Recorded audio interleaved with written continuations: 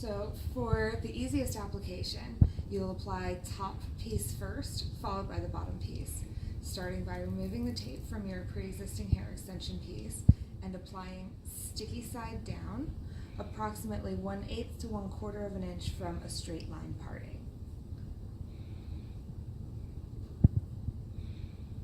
Once that piece is applied, you'll actually take a second piece, which is going to go underneath.